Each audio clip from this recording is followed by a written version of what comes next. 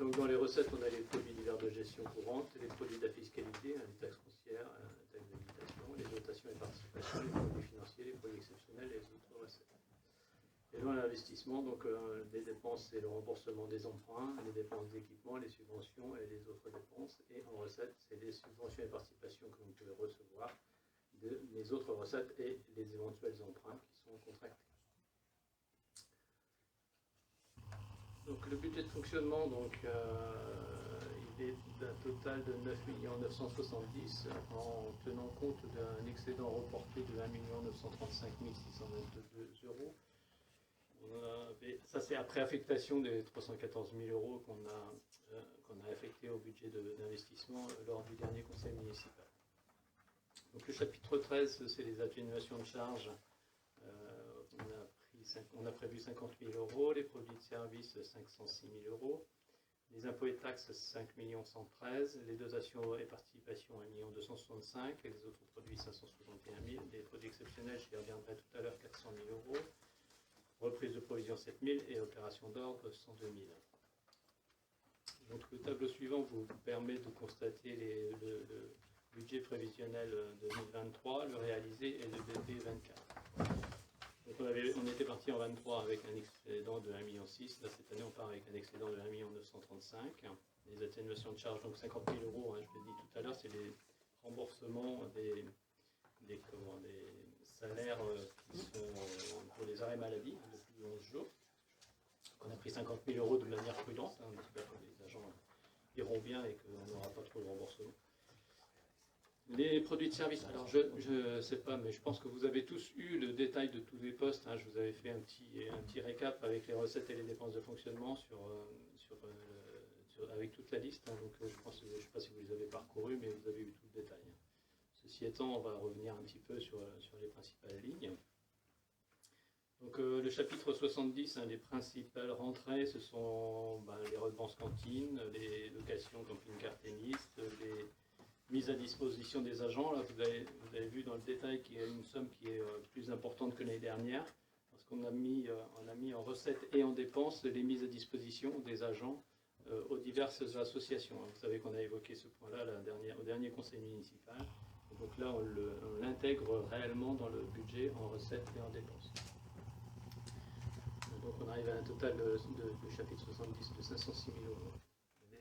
73, donc le plus gros morceau, c'est les contributions directes, donc c'est les impôts, les taxes foncières, les taxes d'habitation. On a prévu 3 890 000, a priori on a eu une notification, on serait à un peu plus de 4 millions. Mais bon, ça reste à finaliser en fin d'année. Les droits de mutation, on a prévu moins que l'année dernière, parce qu'on s'attend à une baisse des négociations et des cessions d'immobilier, tout le monde le sait. On a prévu 275 000. La TCCFE, donc la taxe, on en a parlé l'autre jour qu'elle avait augmenté fortement, c'est la taxe que l'on reçoit sur l'électricité. Donc on a prévu 189 000 euros cette année, il y avait 186 000 l'année dernière. Les droits de place, c'est pareil. Les prélèvements pour le casino, donc on a deux lignes à 159 et 541, ça fait 700 000 euros de recettes qui sont prévues cette année. Et puis les autres taxes, c'est les camping-cars, où on a mis 41 000. Il y a eu 40 000 l'année dernière. Je pense qu'on aura un peu plus, mais on reste prudent. Le 74 ensuite, c'est tout ce qui est dotation de l'État. Donc les dotations de l'État, la DGF, toutes ces dotations-là, on a prévu 503, 86, 136. Donc la notification qu'on a eue, récemment, on n'a pas changé le budget, mais récemment on a eu la notification, on devrait être un peu plus de 730 000 euros, alors que là on a en total 719 000 euros. Donc c'est plutôt bien. On a prévu un FCTVA pour 11 000. On a donc les fonds, les remboursements des aides EFS, CUI, on a prévu 60 000 euros, parce que l'EFS, on a une augmentation de la dotation, on a touché 35 000 euros en 2023, on aura un peu plus en 2024, donc on a prévu une augmentation. La CAF 215 contre 212, la MSA 6 000, la compensation de taxes foncières, donc on a remis des sommes à peu près équivalentes à l'année dernière, et FDPT 76, et les autres organismes casino, c'est ce que reverse le casino à la municipalité pour les diverses 75 000. L'année dernière, il y a eu 150 parce qu'il y a eu le rattrapage de 2022. Vous voyez qu'il y avait eu 0 en 2022. Il y avait eu un petit loupé dans le paiement par le casino. Le 75, c'est le revenu des immeubles. Donc, dans les revenus des immeubles, il y a l'EHPAD, le casino, et puis les commerces, les commerces du centre-ville, d'Apayotte, et puis les studios. Voilà. Donc, on a prévu un peu plus que l'année dernière. Voilà pour les recettes principales. Ensuite, les 52 000 euros, c'est la quote-part des subventions qui sont étalées dans le temps, donc les amortissements. Ensuite, dans les sessions, il y a les 400 000, donc c'est le transfert des terrains du moulin au budget annexe. On va voir tout à l'heure qu'on va faire un budget annexe, donc on va avoir et en dépenses et en recettes 400 000 euros pour ce budget annexe. Donc on l'a là, en recettes, on va l'avoir tout à l'heure en dépenses.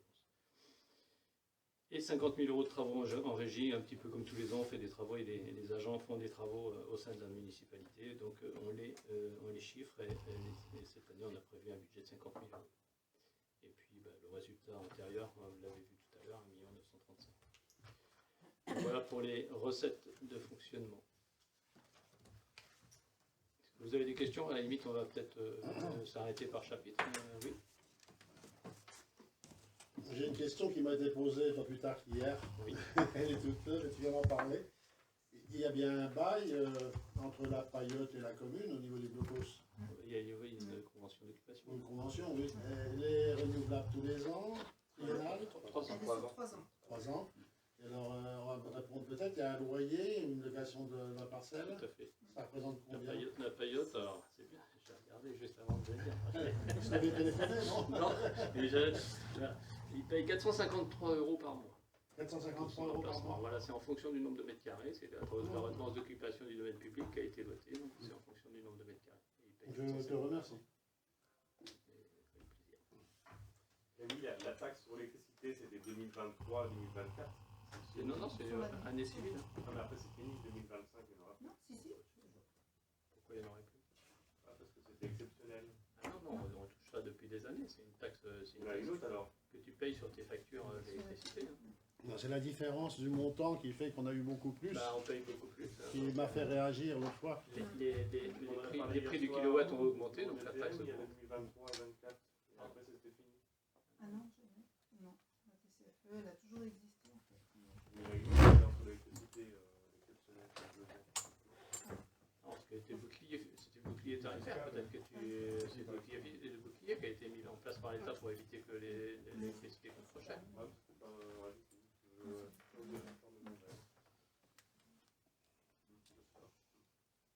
J'espère que ça va continuer. Oui. L'augmentation de la recette n'a pas compensé l'augmentation de la dépense. Oui. Donc voilà pour les recettes. Au niveau donc, des dépenses de fonctionnement, donc on va continuer. Excuse-moi, j'en ai encore une. Oui. En bon représentant kéronais, n'est-ce pas? Le Kéron-Beach, là c'est une question perso et je m'interrogeais sur le mini-golf. Le terrain est même pas propriété de la commune. Non. C'est domaine maritime. Non.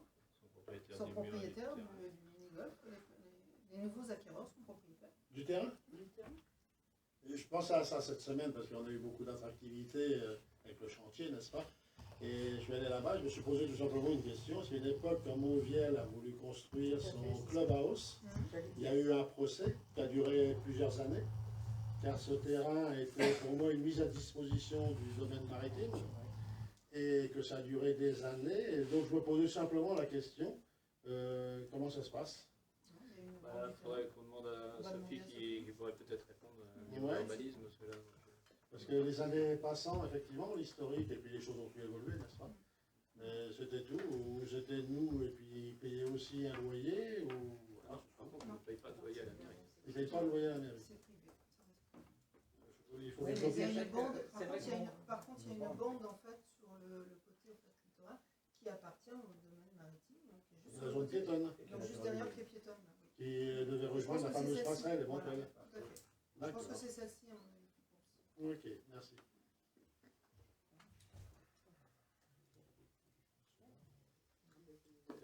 passer aux dépenses.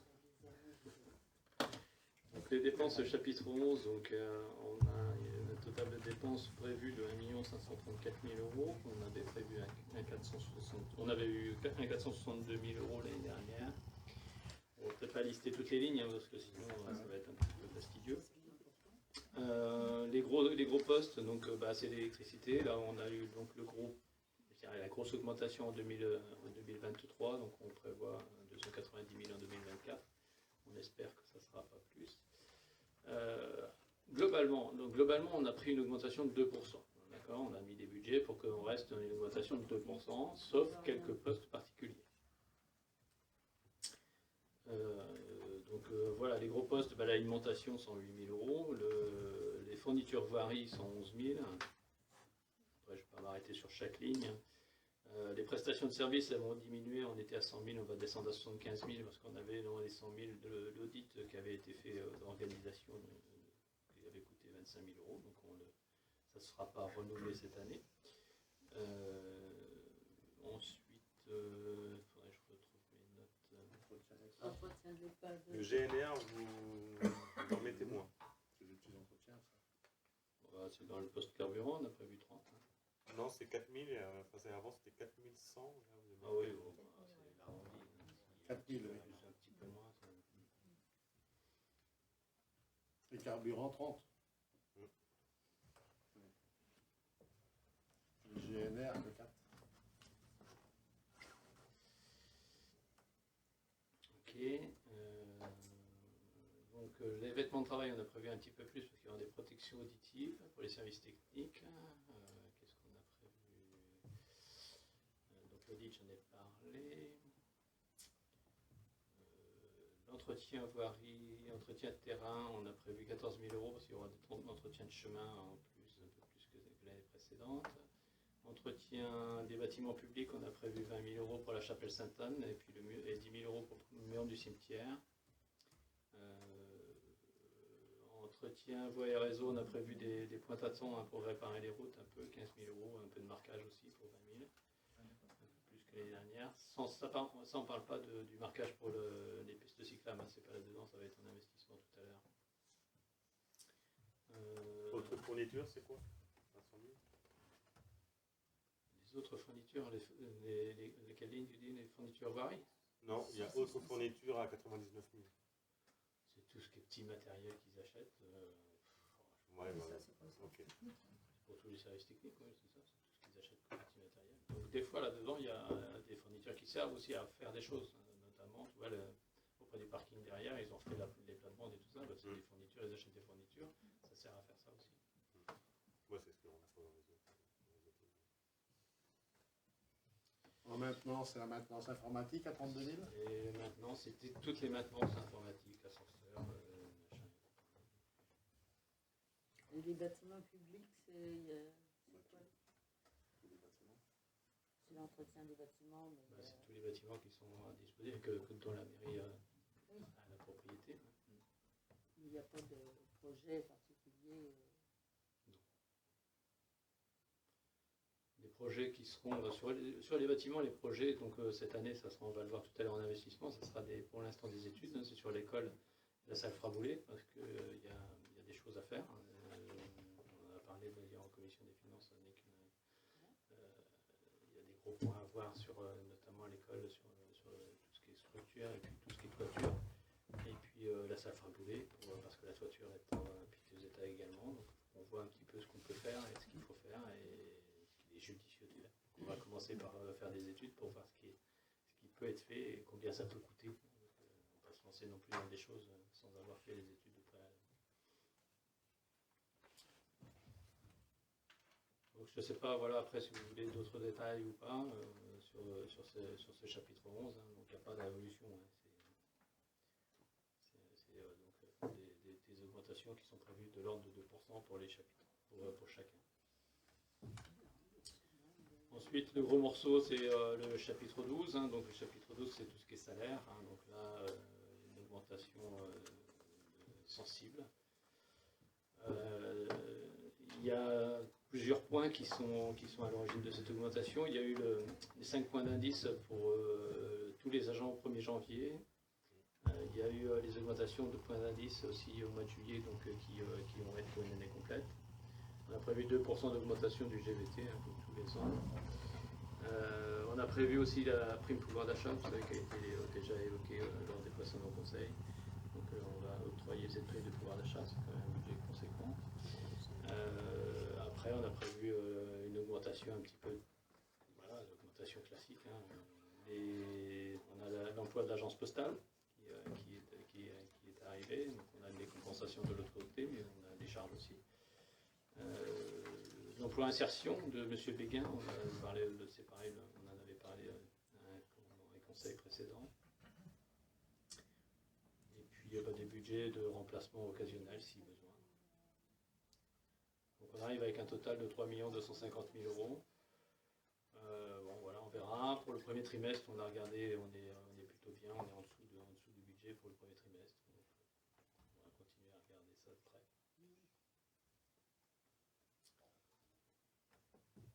Sur le chapitre 65, donc sur le chapitre 65, c'est pareil, une augmentation de par ce qu'on a évoqué tout à l'heure. Hein. Donc là, si on regarde un petit peu les indemnités des élus, il y a l'augmentation des points d'indice qui vont faire que les indemnités augmentent légèrement. Les subventions, donc le subvention au CCAS, on a prévu 5 000 € de plus. Subvention à l'EPIC Office culturel, on a prévu une augmentation de 4% du budget d'Office culturel. Et puis les subventions aux associations, donc augmentent sensiblement par la mise à disposition que j'ai évoquée tout à l'heure, hein, c'est 74 000 €. Donc on a les recettes d'un côté et les dépenses de l'autre. Et là, on va vraiment voir ce que l'on octroie aux associations par cette mise à disposition, en plus des subsides financiers que l'on leur octroie. Voilà. Après les charges financières, donc on serait à un budget de 240 000 € cette année contre 227 l'année dernière. Donc on a deux phénomènes, c'est le nouvel emprunt qu'on en a fait l'année dernière qui va arriver qui va peser sur 2024, et puis l'augmentation du taux du livret A qui impacte l'emprunt de l'EHPAD. Ensuite, on a ouvert des crédits pour des charges exceptionnelles, 3 000 €, ça c'est à la marge. On retrouve ensuite dans les opérations d'ordre les 400 000 € de valeur nette comptable du terrain que l'on a vu tout à l'heure en recette par le transfert au budget annexe. Les amortissements, on a prévu un budget d'1,3 million. La provision pour l'EHPAD, 60 000 € comme les années précédentes. Et puis une petite provision pour dépréciation des actifs, c'est pour les éventuels impayés, cantine ou autres, pour 1 000 €. Et l'attribution de compensation, donc c'est l'attribution qui est versée à la Grandville Terre et Mer dans le cadre de la CAC. Donc 25 000 €, ça ne change pas peu d'année en année. Voilà pour les dépenses de fonctionnement. Donc on va faire pareil. Est-ce que vous avez des questions par rapport à ces dépenses de fonctionnement? Moi j'en ai une, mais qui va concerner en même temps les recettes. On va passer dessus très vite. Au niveau de l'EHPAD du Vallon, je crois me souvenir, il y avait des retards dans les règlements de loyer. On n'en a pas vraiment reparlé, ou ça s'est fait quand j'étais absent peut-être. On en est où? Donc alors, effectivement, l'EHPAD a des retards de paiement de loyer. Ça, c'est un fait. Donc il y a un accord qui est en cours de négociation avec l'EHPAD pour un étalement. Si je ne me trompe pas, vous avez le droit de me corriger, on parlait de près de 2 années de retard? Non, il y a une année. Une année. Grosso modo, une année. D'accord. Donc là, actuellement, donc l'EHPAD donc il avait un souci, c'est que on facturait au trimestre. Les loyers étaient facturés au trimestre, donc ça faisait une grosse somme à sortir à chaque fois. Donc ça, pour la trésorerie, c'était un peu compliqué. Là, on est passé effectivement à une facturation mensuelle. Donc là, sur 2024, les loyers sont payés mensuellement. Ça a repris son cours. Et donc là, il y a une négociation en cours pour étaler le paiement des loyers sur les... je ne sais pas sur quelle durée, mais on va essayer d'étaler ça pour que l'EHPAD puisse arriver à payer ces loyers qui sont en retard. Ce serait pas mal, mais on sait qu'il y a d'autres EHPAD aussi en difficulté et que c'est une tendance. De toute façon, le problème, c'est qu'il faut déjà que l'EHPAD retrouve un équilibre financier. Je pense que tous ceux qui sont au CCAS, qui étaient présents au dernier conseil d'administration du CCAS, ça a été évoqué. Est-ce que le montant des loyers est en diminution en fonction des prêts qui sont remboursés, ou est-ce qu'il est constant? Pour l'instant, il est constant. Enfin, il a été calqué sur le CEPOM qui avait été fait il y a 5 ans. on s'est tenu au CEPOM qui avait été fait il y a 5 ans. Donc là, on va avoir une réelle question d'ailleurs à se reposer sur cette année pour le fixer. Donc là, le CEPOM, Marlène pourrait peut-être mieux répondre que moi. Je ne sais pas où ils en sont au niveau de la négociation du CEPOM avec la RSCCB 50. C'est pas encore finalisé. Donc le loyer, on va rester sur un loyer à peu près de l'ordre de 400 000 € parce qu'on ne peut pas non plus baisser. C'est 400 000 par an? Non, mais c'est... Ouais, c'est pas j'imagine. Ah non, ah bon? Depuis le début du mandat, on a baissé, c'était plus de 420 000 € déjà. Mais c'était beaucoup plus les années précédentes. Mais il y avait... Ah, c'est bien d'accord. En fait, ça a baissé, si on reprend l'historique, ça a baissé parce qu'on était bien au-delà. Mais il y avait une histoire de subvention qui avait été touchée par les panneaux. Moi, je n'ai pas tout l'historique, mais M. Nourri saurait ça mieux que moi. Et donc, il y avait une compensation du fait de la subvention. C'était plus que ça, et ça a baissé petit à petit. Là, aujourd'hui, on a la provision, on a les remboursements d'emprunt. Il y a un moment, il faut aussi que l'État assume de son loyer. C'était pas des tas de dossiers sensibles, mais j'ai déjà posé la question, il me semble, il y a 1 an, avec l'équipe municipale précédente. De mémoire, nous budgétions une somme en prévision des 10 travaux lourds. On parlait de 10%. Oui, non, mais justement, ils sont là, c'est pour ça que ça me... C'est quelque chose qui avait été prévu dans le montant du loyer initialement, qui n'avait jamais été fait sous l'ancienne mandature. Voilà, ça c'est la réponse que vous aviez fait il y a 1 an. Ouais. On a mis en place il y a quelques années. Aujourd'hui, on a un budget, on a une réserve aujourd'hui de mise de côté de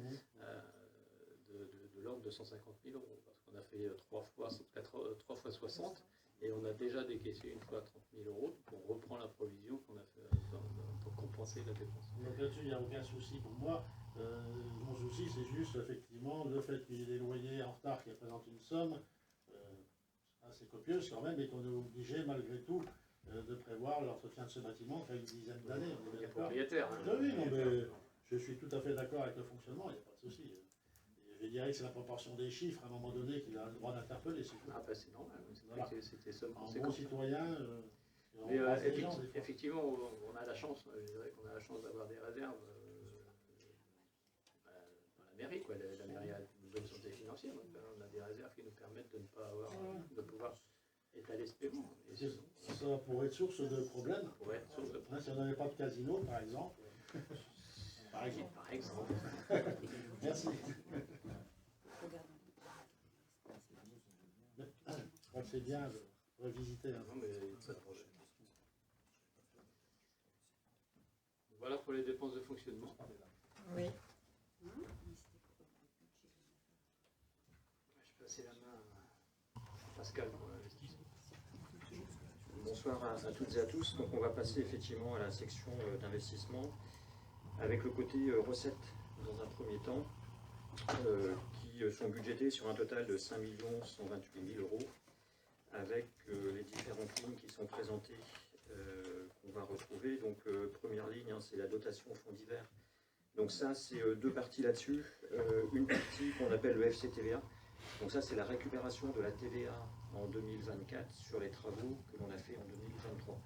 Donc comme on a fait beaucoup de travaux en 2023, on a un montant assez important de TVA à récupérer en 2024.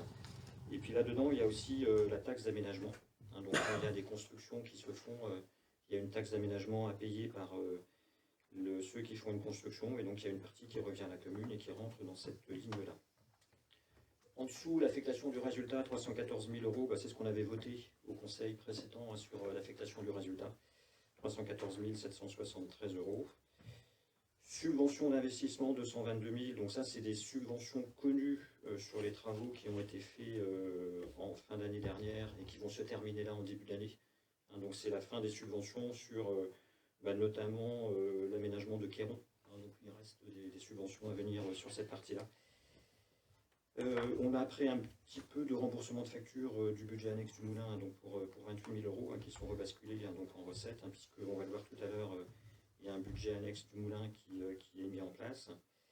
Et puis il y a un virement de la section de fonctionnement qu'on prévoit donc sur les excédents de l'année 2024, donc les excédents à venir. Donc il y a une somme qui sera rebasculée à la section d'investissement pour équilibrer le budget. Et puis dans les opérations d'ordre, 1,7 million, il y a deux parties là-dedans. 1,3 million d'amortissement, comme l'a dit Rémi tout à l'heure, et 400 000 de cession du terrain au budget. Donc là, ce n'est pas la cession du terrain pour l'instant à d'éventuels acquéreurs, c'est une opération comptable d'un budget à l'autre entre le budget global de la mairie et le budget annexe du moulin. Et puis les restes à réaliser, 1 363 970, on en avait parlé au moment du vote des résultats 2023. C'est l'emprunt qui a été signé en 2023 qui se réalise courant 2024 pour 600 000 euros et les subventions notifiées qui sont en reste à réaliser et qui sont récupérées progressivement. Donc sur les gros travaux qui ont été faits en 2023, donc subventions sur la place Marlan, sur la mairie, sur Quéron aussi. Donc voilà pour les recettes. Juste une petite précision, donc effectivement on ne prévoit pas d'emprunt, donc c'est pour ça qu'on prévoit un virement de la section de fonctionnement. C'est pour ça que j'ai remis le petit tableau au départ pour vous montrer vous réexpliquer comment ça passait d'un budget à l'autre. Donc là on ne prévoit pas d'emprunt cette année, on prévoit un autofinancement et l'autofinancement il se fait par on prend des réserves sur le budget de fonctionnement. Donc on a prévu de prendre 979 000 sur les 1,9 million de réserves que l'on a dans le budget de fonctionnement. Voilà, donc pas d'emprunt nouveau effectivement sur 2024. Pour autant, on a des dépenses d'investissement qui sont prévues pour un montant assez important quand même, puisqu'on arrive aussi à ce même budget de 5 128 000 euros. Donc il y a le report, donc on avait vu aussi en début d'année. Le remboursement du capital d'emprunt pour 900 000 euros. Donc on était grosso modo à 840 000 euros jusqu'à présent. Et puis on a l'emprunt nouveau qui va représenter un complément. Donc on va être à 900 000 euros de remboursement de capital d'emprunt.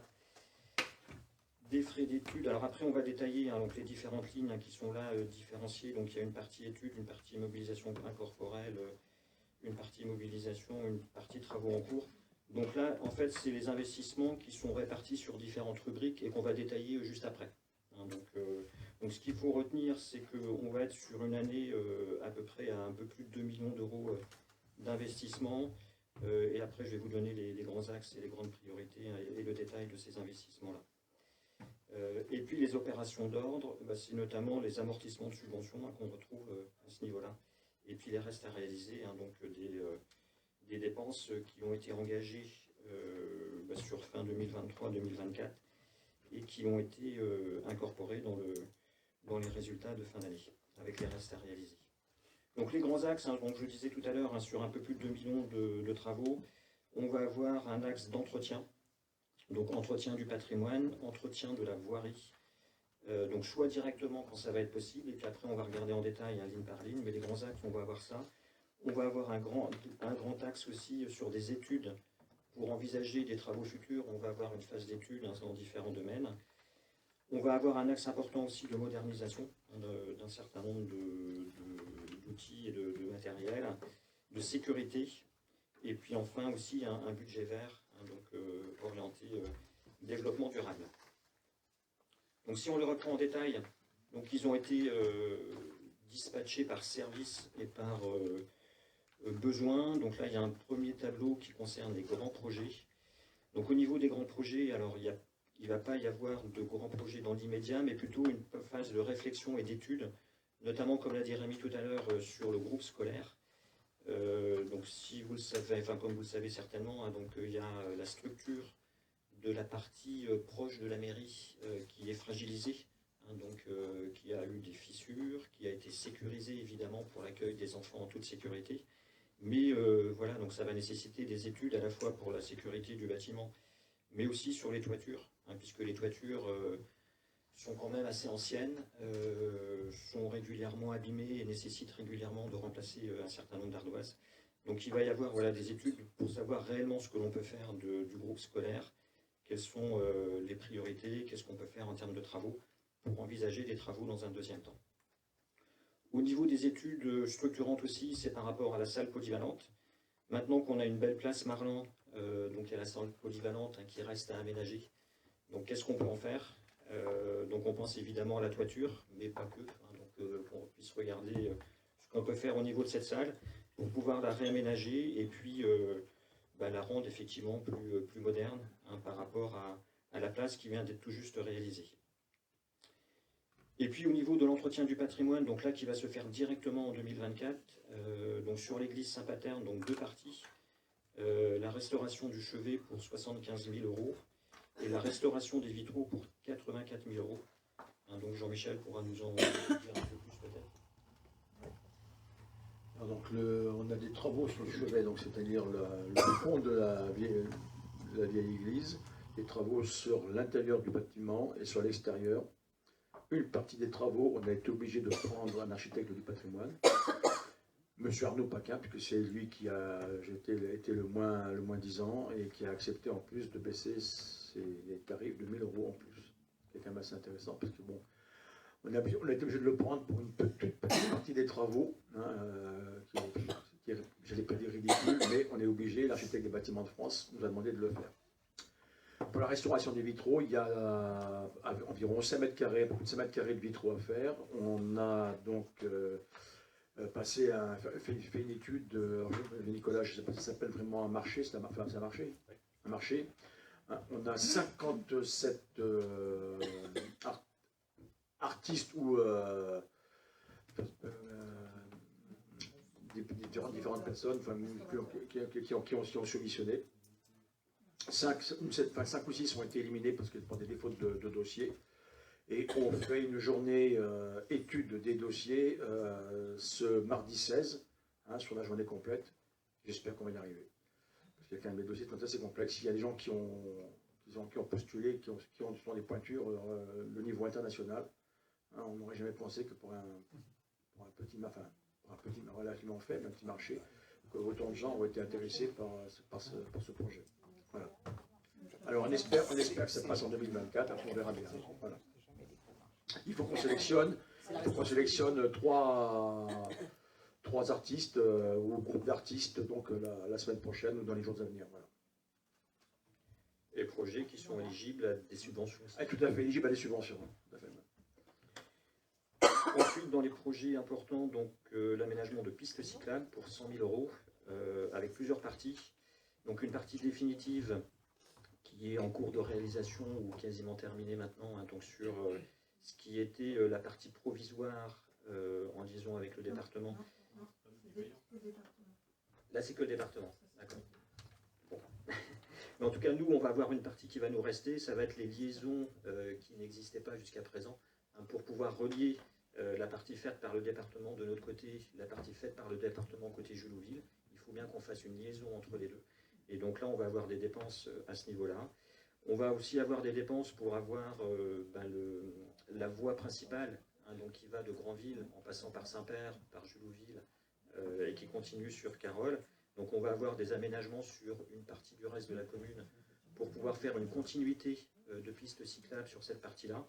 Et aussi pour pouvoir faire notamment du marquage et aussi de la signalisation pour qu'il y ait plusieurs pistes qui rejoignent cet axe principal. Donc l'axe principal va être un axe structurant, mais il y a aussi la nécessité de rejoindre cet axe et d'avoir aussi une circulation par rapport aux différents points d'intérêt et d'utilisation sur la commune. Autre projet sur lequel on laisse une part d'étude, alors c'est plus M2A maintenant, ça va plutôt être une part d'agrandissement de l'EHPAD, puisque la partie M2A a été revue d'une autre façon, donc pour 15 000 €. Et puis concernant les paddles, donc là on a eu donc le club de tennis qui souhaite développer la partie paddle avec la transformation du cours, du cours qui est en résine, qui est à droite des bâtiments du tennis, qui est en résine verte, qui est très très peu utilisé aujourd'hui. Et de l'autre côté, il y a une demande très forte au niveau du paddle. Et donc là, il y a déjà les 2 cours extérieurs. Et donc là, il y aurait la volonté de transformer le cours de tennis en résine avec une couverture pour y faire 3 cours couverts et pour vraiment marquer le fait que Saint-Père est le centre départemental de paddle, pour pouvoir organiser des compétitions, pour pouvoir développer l'offre et pour pouvoir répondre aux demandes, puisqu'il y a effectivement une demande de plus en plus importante. Donc plusieurs choses par rapport à ça. On a une dépense qui est très importante, qui se monte à 580 000 €. Évidemment, il y a des subventions qui sont sollicitées. Évidemment, le projet ne pourra se faire que s'il y a suffisamment de subventions obtenues avec des demandes qui sont en cours. Donc on n'a pas les retours pour l'instant, hein, mais il y a des demandes qui sont faites au niveau de différents partenaires, l'Agence nationale du sport, la DETR, la fédération ou la Ligue de tennis, hein, pour essayer de récupérer le maximum de subventions, sachant que l'idée, c'est que pour que ce projet se réalise, c'est qu'il ait un relatif équilibre entre les subventions qu'il peut y avoir sur la dépense, mais aussi de l'autre côté, sur une augmentation des recettes, puisqu'effectivement, quand il y a l'utilisation des terrains, c'est des recettes pour la commune, hein, donc avec l'utilisation des terrains, avec des abonnements aussi qui pourraient être un petit peu plus surélevés en termes de facturation, parce qu'actuellement, comme il n'y a que des cours extérieurs, ils peuvent être utilisés que partiellement, donc l'abonnement pourrait être réévalué s'il y avait des cours couverts. Donc là, c'est, on va dire, il est inscrit en réalisation ici, mais en fait, on est encore vraiment dans la phase d'étude par rapport à la faisabilité de ce projet, et notamment par rapport à l'équilibre financier de ce projet. Il reste un petit peu de dépenses sur la place Marlan pour 29 000 €. Donc sur cette partie-là, on arrive à un petit peu plus d'1 million d'euros sur les grands projets. Au niveau des affaires générales, donc sur l'urbanisme, on maintient toujours un petit peu de budget voirie, hein, s'il y a un petit bout de terrain acheté à droite ou à gauche, hein, pour différentes raisons. Donc tous les ans, hein, il y a une part de budget sur cette partie-là. Il y a un budget développement durable, comme je disais tout à l'heure, donc avec une partie création d'un atlas de la biodiversité qui va se faire sur plusieurs années. Donc là, il y a 15 000 € pour 2024, mais ce travail, qui est un travail de longue haleine, va se prolonger sur plusieurs années. Et puis un budget participatif de 10 000 € pour les quartiers. Donc si effectivement les quartiers ont des idées de projets d'aménagement dans leur quartier, en passant par les correspondants de quartier, les comités de quartier, hein, les comités de quartier, donc avec une enveloppe possible par rapport à ça. Et puis après, donc sur tout ce qui est numérique, je ne détaille pas, mais là on est dans une partie de modernisation, hein, donc pour avoir à la fois des logiciels de gestion de salle, d'arrêtés, de parapheurs électroniques, etc. Hein, donc pour moderniser le fonctionnement de la mairie et avoir des outils qui permettent de fonctionner dans de meilleures conditions, de façon à la fois plus moderne et plus efficace.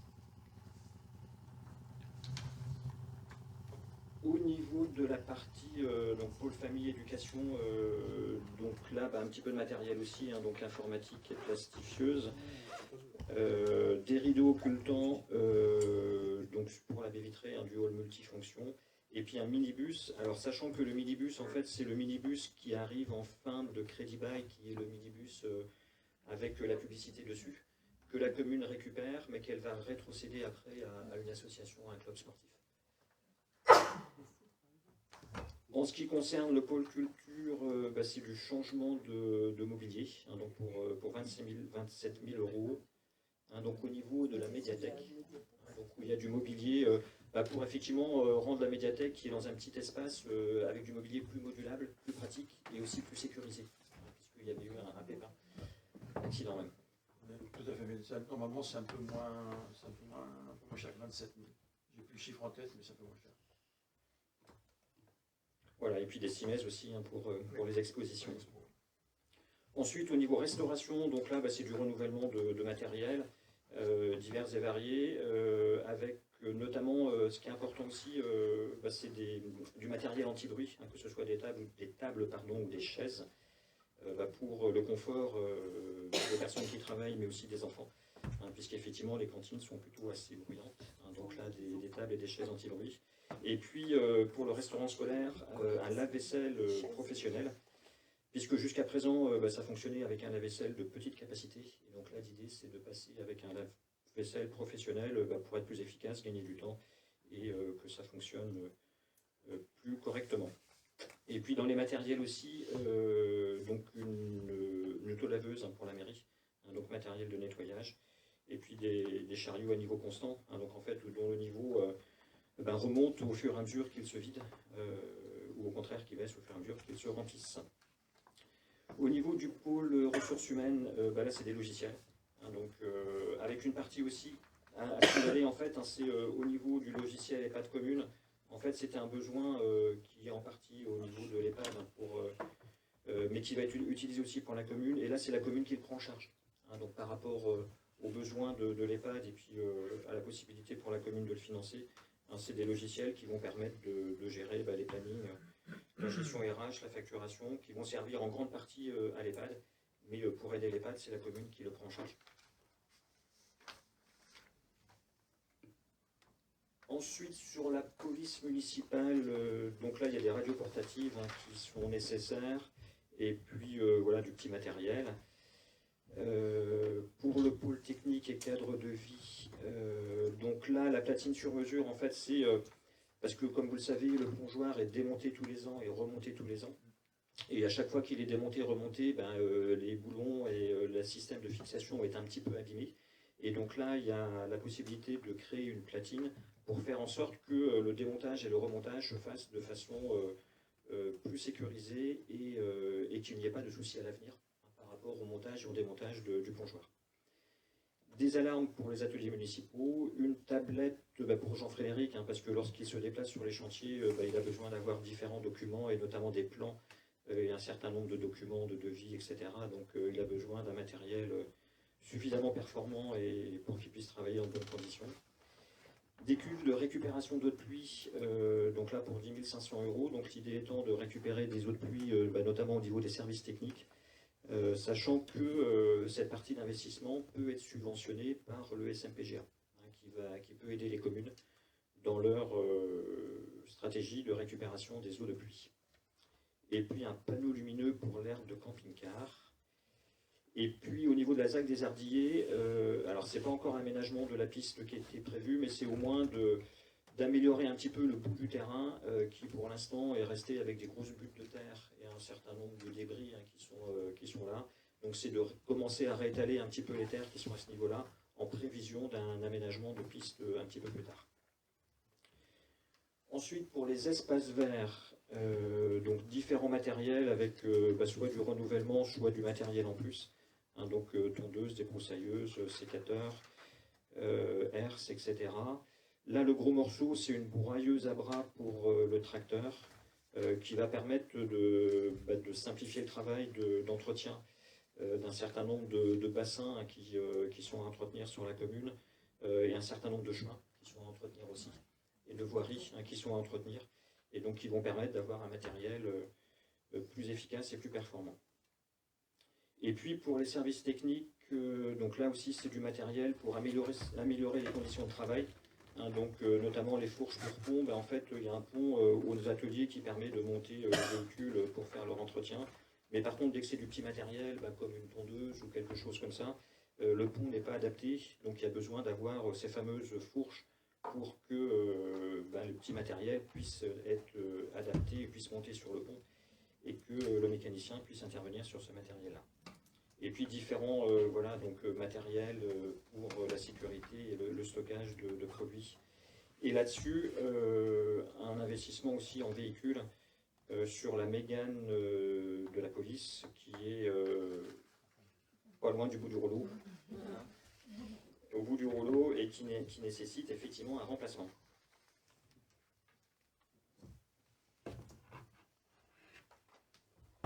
Ensuite, sur les bâtiments, donc là un petit peu d'entretien avec l'enseigne de la police qui est à refaire. L'éclairage au niveau du camping du Pont Bleu à Quéron qui est à faire aussi au niveau des allées. Qui avait été reporté, qui était demandé par les occupants du camping, qui avait été reporté. Et voilà pour des aspects de sécurité qui va effectivement être fait. Donc les clés électroniques, c'est les clés d'accès à la mairie, aux différentes salles où on a tous les ans un petit peu de refaites. Et puis au niveau des étagères d'archives de la maison du Carmel, en fait c'est la maison qui est à l'entrée du Carmel, donc juste à droite avant l'entrée du Carmel, où là l'idée c'est qu'on a des archives qui sont un petit peu partout. Donc il y en a sous la police, il y en a au-dessus, là, il y en a un petit peu à droite à gauche. Donc en fait c'est de les regrouper dans cette maison du Carmel. Et donc ce qui nécessite d'investir dans des étagères pour pouvoir avoir un rangement efficace au niveau de cette maison-là. Et puis l'étanchéité de la toiture terrasse du casino, puisque sur le casino, en fait, alors il y a une partie d'entretien qui est à la charge du casino, mais il y a une partie d'entretien qui est à la charge de la commune, et notamment nous, c'est par rapport à la toiture terrasse du casino, qui a des infiltrations, qui peut avoir un petit peu de soucis, donc avec une nécessité de d'étanchéité. Au niveau des équipements sportifs, donc au niveau du stade, pompe et surpresseur pour le flux artésien, clôture du stade et pare-ballon. Donc en fait la clôture c'est jusqu'à une certaine hauteur, le pare-ballon c'est ce qui va plus haut pour éviter que les ballons partent sur la voirie ou un petit peu partout. Donc là des investissements qui sont prévus. Le Styx c'est le chauffe-eau pour effectivement avoir de l'eau chaude au niveau des vestiaires. Au niveau de la faisanderie, quelques petits aménagements de support de vêtements et d'armoires chaudes, qui manquaient au niveau de la faisanderie, qui va pouvoir maintenant être loué dans la mesure où les agents ont réintégré la mairie. Donc la faisanderie va pouvoir retrouver sa vocation de salle à usage de location et de réunion et de location. Et puis pour la mairie, c'est la réintégration ici, avec quelques fins de travaux, surtout la modernisation par rapport au mobilier, et puis modernisation de tout ce qui est affichage. Donc on le voit déjà ce soir, donc avec un écran dernière génération qui permet d'avoir la présentation des documents de façon plus agréable et plus efficace, mais aussi dans l'autre salle de réunion, mais aussi en bas, donc au niveau de l'accueil, donc où il y a des écrans pour le public, avec le développement des services, avec le développement de ce qui est proposé à la population. Donc il y a la volonté aussi de mettre un affichage qui soit le plus agréable possible et qui donne aussi des informations, notamment par rapport à tous les arrêtés, parce que les arrêtés, jusqu'à présent, ils sont affichés dans des panneaux derrière des vitres, et donc là, il y a des systèmes maintenant qui peuvent permettre d'afficher les arrêtés et les documents officiels sur ces écrans. Donc là, c'est dans le cadre de la modernisation et de l'amélioration des conditions de travail et de service, à la fois pour les agents et à la fois pour la population. Sur le groupe scolaire, les 2 portes d'entrée côté mairie pour 16 000 €, donc portes d'entrée qui méritent d'être remplacées, puisqu'il y a des fuites où elles ne ferment plus tout à fait bien. Donc il y a des enjeux d'isolation, de sécurité évidemment là-dessus. B et porte pour la salle des profs pour 8 600 €. Et puis, au niveau sécurité, c'est rendre plus visible le passage piéton pour l'école, donc avec des silhouettes qui sont prévues pour effectivement bien marquer la présence de l'école et bien inciter les automobilistes à ralentir dans cette zone où la sécurité est essentielle. Et puis la création d'un îlot végétal, donc au niveau de l'école, donc en relation avec évidemment les enseignants.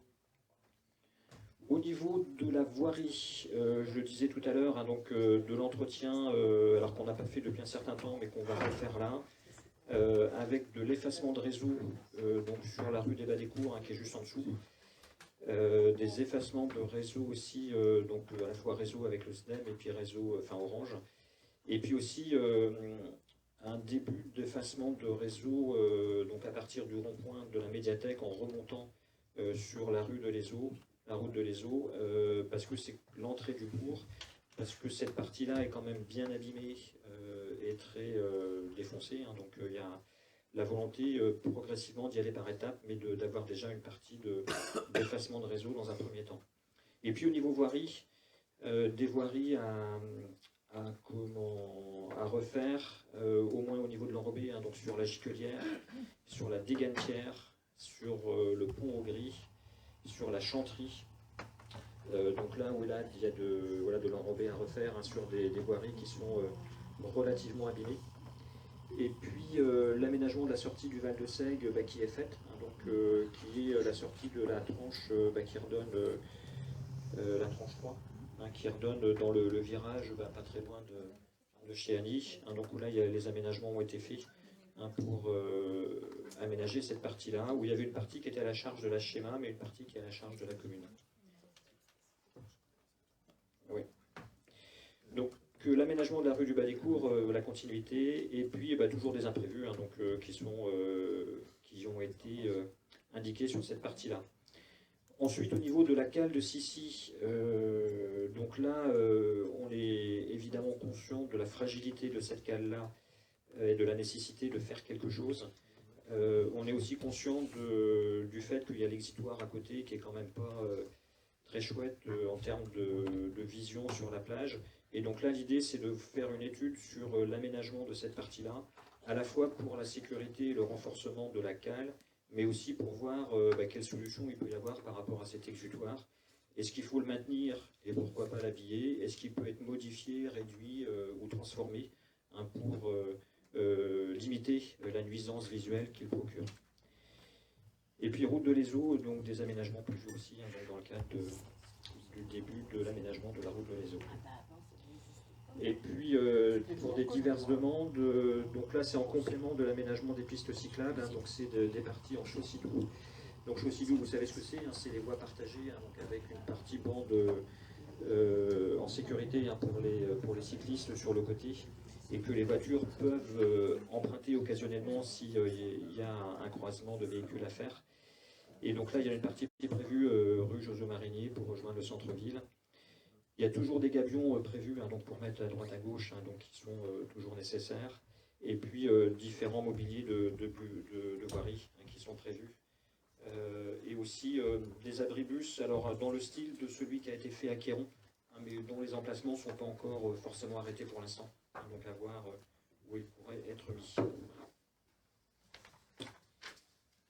Et puis dans les dernières parties, donc au niveau des écoles, toujours un petit peu de matériel supplémentaire ou à renouveler, donc entre vidéoprojecteurs, un ordinateur pour le directeur, et puis des tables et chaises. Et puis en ce qui concerne l'école maternelle, donc il y avait un souci par rapport au lit et puis à la capacité de pouvoir accueillir suffisamment d'enfants pour les écoles maternelles et la sieste. Donc ça a été fait. Donc c'est pas repris en montant ici, mais ça faisait partie des restes à réaliser. Donc ça a déjà été réalisé. Et puis voilà, donc là aussi un peu de matériel entre un ordinateur et puis un visiophone. Donc voilà les grandes lignes des travaux prévus pour l'année 2024.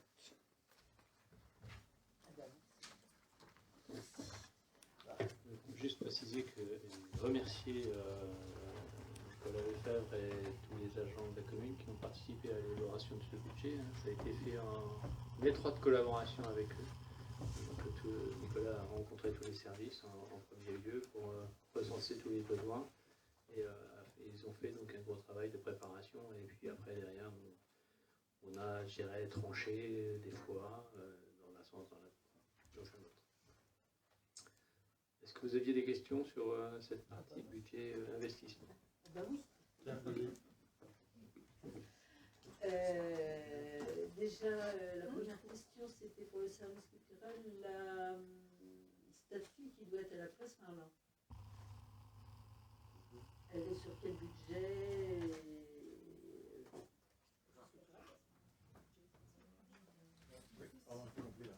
La statue, l'œuvre d'art. Ah, l'œuvre d'art? Oui. Elle va être prise sur le budget de l'office culturel.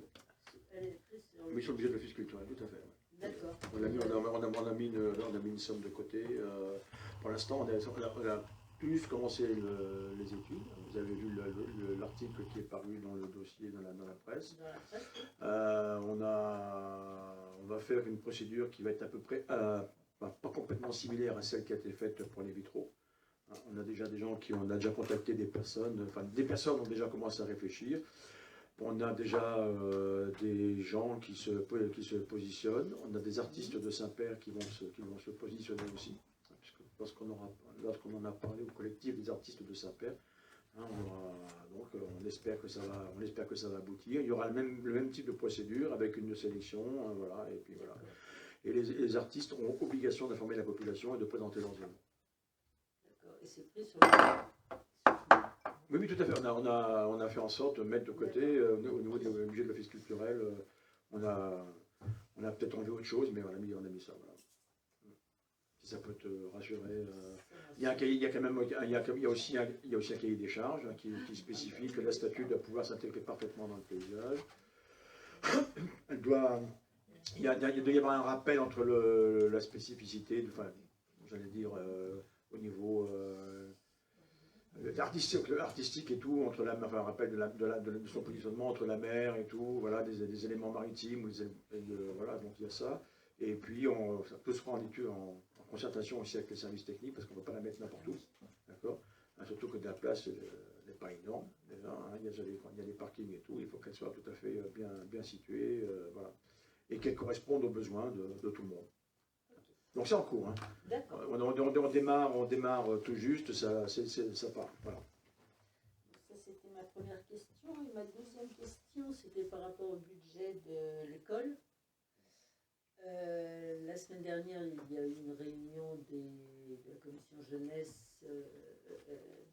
enfance et jeunesse. Et il a été décidé, plus ou moins à la fin de la réunion, de mettre des voiles dans la cour devant de l'école élémentaire pour permettre aux enfants d'avoir de l'ombre à l'été. Et je crois que ça n'a pas été pris en compte pour l'instant. Là, donc, comme tu as pu assister à cette commission Enfance et Jeunesse, effectivement, c'est un travail de concertation qu'on va faire avec les parents d'élèves, les enseignants et le centre de loisirs. Là, c'est vrai qu'on est plutôt dans une période de concertation, donc on va travailler pour que ce projet puisse aboutir le plus rapidement possible. Je crois que les parents ont été demandeurs pour que ce soit réalisé là prochainement. Après, oui, c'est vrai que du coup, on a aussi une réunion là de mercredi prochain où on va pouvoir aussi avancer, avoir un projet plus participatif, en fait, avec les enfants aussi, savoir un petit peu où est-ce qu'on met, en fait, les zones d'ombrage, et puis, en fait, voilà, pour vraiment qu'on fasse un projet global. Ce serait bien que ce soit budgété quand même. Oui, mais ça a été expliqué lors de la commission. En fait, il y a un budget qui a été prévu pour faire à l'origine. On vous a présenté des documents, je ne sais pas si tu te rappelles. Alors, je ne sais pas comment ça s'appelle, pour une sorte de préau un peu mobile qu'on a vu passer. Et ça, c'était budgété en fait. C'était budgété, sauf que la demande des parents, c'était plutôt que d'utiliser, faire ça, c'est plutôt de mettre des voiles d'ombrage. Ouais. C'est le même budget en fait. Oui, mais c'était budgété. Dans les 60 000 euros, il y avait... C'était budgété, il y avait 1 500 euros de prévu. 2 000 euros. C'est prévu. 2 000 euros, ça ne sait prévu. pas Donc, on va combien pouvoir avait répondre aux coûté parents. les voiles d'ombrage Ah, bah, ça, après on ce va voir. soir-là. On a su ça la semaine dernière. Ah ouais. Mais il y a un budget prévu. Ce que j'allais dire, hein, on ne pouvait pas le prévoir dans le budget, on a effectivement appris ça très tardivement. Donc après, il sera Oui, non, toujours mais temps, c'est pour ça que- en fonction de la concertation, de ce qui est proposé, décidé par l'ensemble des gens qui sont concernés, il sera toujours temps de remettre au budget une somme si le dossier est à l'agrément de tout le monde. Après, par rapport à un budget qui est une prévision pour l'année, il y a toujours des choses qui ne se font pas. Oui, oui, Et oui. il y a toujours des choses qui peuvent se faire en plus. Hein, donc il y a des Non, mais c'est ce adaptations que en je cours de route voulais qui peuvent se faire. signaler justement, c'était que cette demande avait été faite par les parents d'élèves. Je ne pense pas qu'ils aient envie d'attendre le mois de novembre pour mettre les enfants. Ceci étant, on est déjà le 15 avril. Oui. Je pense que ça va être compliqué d'avoir quelque chose avant les vacances scolaires. Après, il faut l'expliquer. Disons que les entreprises, quand on fait une demande, c'est comme pour tout le monde, généralement c'est au moins 6 mois d'attente, au minimum. C'est rare quand les entreprises peuvent... En plus, il y a du matériel à acheter, donc c'est toujours un peu compliqué.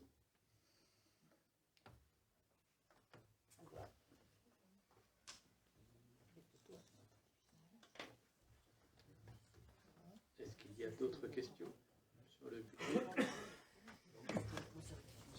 Continuer dans les imprévus avec la dernière tempête de mardi dernier, même si ce n'est pas une vraie tempête. Alors, effectivement, Il y a eu un audit aujourd'hui et il s'avère qu'il y a vraiment des gros travaux à faire après la saison. Donc là, on n'a pas de chiffrage, on n'a rien.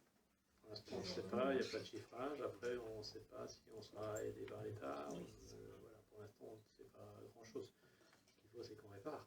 C'est déjà plus bien réparé, je crois. Il y a du provisoire de fait là pour l'instant, mais ça reste du provisoire. Une autre tempête peut quand même enlever tout. En plus, il y a une partie de cette cale en fait qui est bien abîmée. L'autre partie a bougé aussi, donc il y a deux endroits. Il faut faire les deux côtés. Donc là, c'est vraiment du provisoire. Donc les devis vont, ça va suivre de toute façon, mais les travaux ne pourront commencer de toute façon pas avant la rentrée.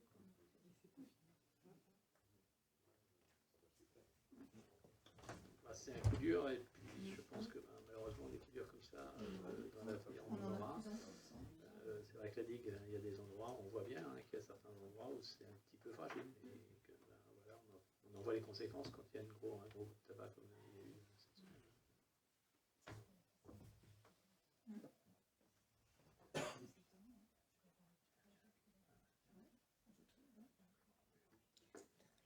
On peut passer au vote si vous n'avez plus du tout de questions. Donc, qui est pour? Pour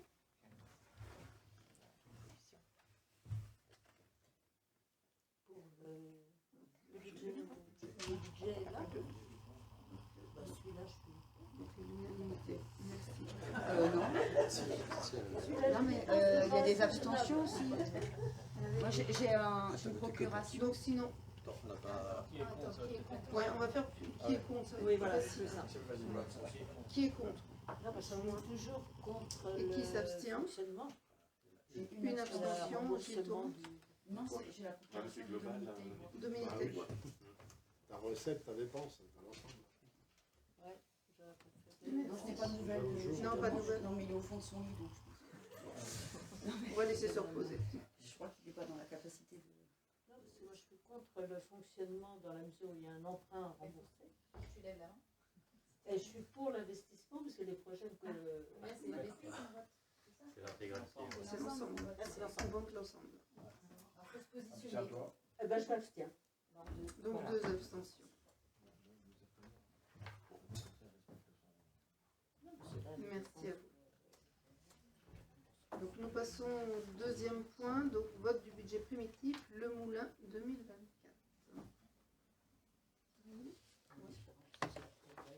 Ça va être assez rapide. Vous avez le tableau. Donc on va retrouver en fonctionnement les 400 000 euros. Donc, vous allez voir, les 400 000 euros, ils se baladent dans tous les sens. Donc l'acquisition du terrain, 400 000 euros, des études, parce qu'il va falloir aménager donc, les 4 terrains qui vont être revendus, donc architecte, géomètre et autres, on a budgété 50 000 euros. Tout ce qui est travaux, voies VRD, 117 000 euros, un peu de frais financiers, et puis 1068 de création BPPL. Si c'est Berger-Levrault pour créer le budget, voilà, c'est Berger-Levrault pour créer le budget annexe, il nous demande 1000 euros de frais. Voilà. Bienvenue. Donc en compensation en recettes, et comme les terrains ne seront pas vendus au 31 décembre 2024, parce que ça va être trop court, on met ce qu'on appelle une variation de stock. Donc il vient en face en recettes, on a des encours de stock en fin d'année pour 567 000 euros. Et puis on a les 6 000 euros pour l'ajustement.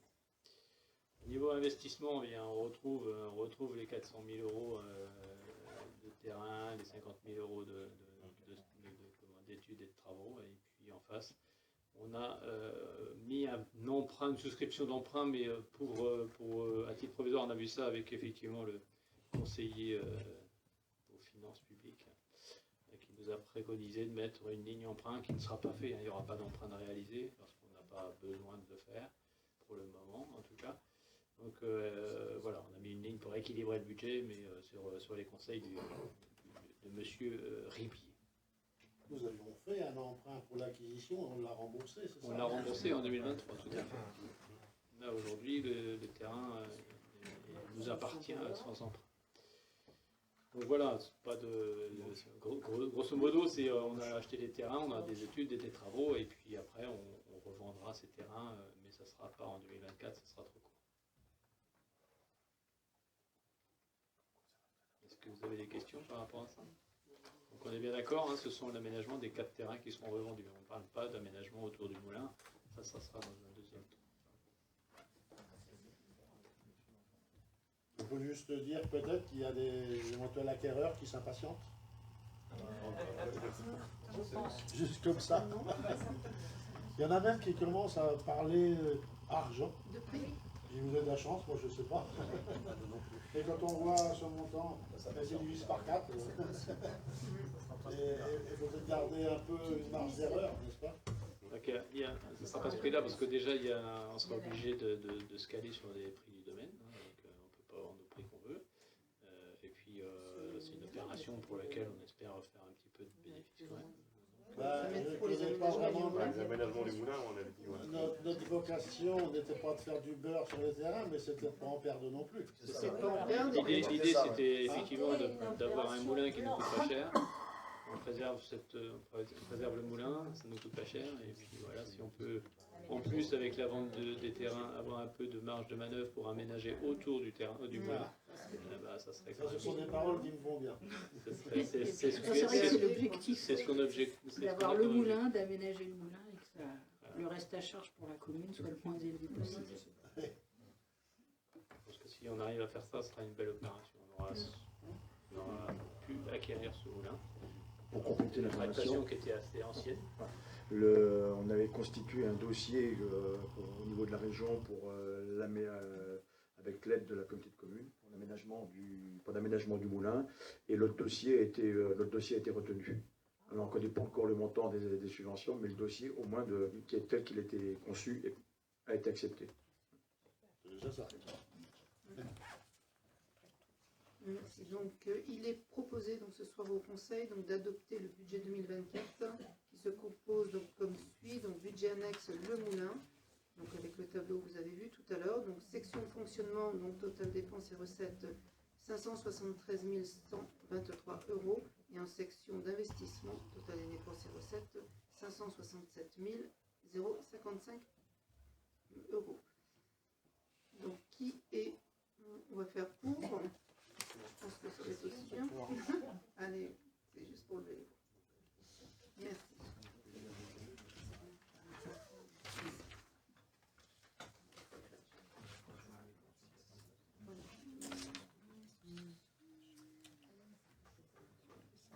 Merci pour l'unanimité. Donc, troisième point, attribution de subventions 2024 aux associations. Je vais laisser Jean-Michel en duo avec Julie. En duo parce que je n'ai pas assisté à la commission finance, c'est-à-dire qu'on a travaillé le dossier en amont et ça a été revu en commission finance. Donc, tel que ça a été proposé à la commission finance, nous on avait tenu compte effectivement de l'activité de l'ensemble de ces associations, activités, effectifs, les impondérables qu'ils avaient eus. Il y a des associations qui ont eu des difficultés, d'autres qui ont très bien rebondi, qui sont relancées depuis la crise Covid. Certains dont les effectifs ont été nettement diminués, etc. Donc en fait, on avait proposé, en fonction des demandes faites et en fonction de toutes ces circonstances-là, des sommes que vous retrouverez du coup dans votre tableau en annexe. Je ne sais pas si vous voulez qu'on fasse le détail ligne par ligne des subventions aux associations. Globalement, voilà, on va pouvoir dire que pour les grosses associations, vous avez donc la partie subvention qui est proposée ce soir au conseil municipal, notamment pour l'USSP, donc le club de football. Et vous avez en dessous, on retrouve les mises à disposition du personnel avec les subventions qui rentrent du coup cette fois-ci dans ce tableau qui n'était pas là les années précédentes, dont on avait parlé un précédent conseil. Donc dans les grosses associations, effectivement, le club de foot, le club de tennis de table, voilà. Puis après, vous voyez à l'écran apparaître les sommes qui ont été allouées, qui souvent sont reprises sur les années précédentes, sauf exception quand on a une baisse des effectifs. La pétanque nous a demandé une subvention complémentaire. Donc on est en cours d'études pour les 20 ans. C'est pour les 20 ans, je crois. Pour les 20 ans. Le tennis de table aussi. C'est le tennis de, non, pardon, autant pour moi, c'est le tennis de table qui nous a demandé une subvention complémentaire pour les 20 ans du tennis de table. Et on la voit apparaître Non, ça vient d'arriver il y a quand même pas une semaine. Une semaine. Oui, j'étais interpellée par rapport à ça. Justement. Oui, on l'a bien vu et tout, hein, il n'y a pas de souci. Hein. Alors, en bas du tableau, du coup, vous pourrez voir apparaître effectivement la somme globale allouée aux associations hors mise à disposition du personnel. On était à 87 130 €. Avec les mises à disposition, nous arrivons à la somme de 160 180 €. Et on peut faire le cumul après. Vous avez, alors je ne sais pas si en dessous on voit, il y a aussi donc les sommes allouées à l'office culturel, avec la mise à disposition en dessous 63 700 € pour le personnel de l'office culturel. Vous avez également le CCAS pour 96 000 € avec une subvention de 34 000 € en plus de fonctionnement. Donc le total des totaux, tout en bas, s'élève à 671 080 €.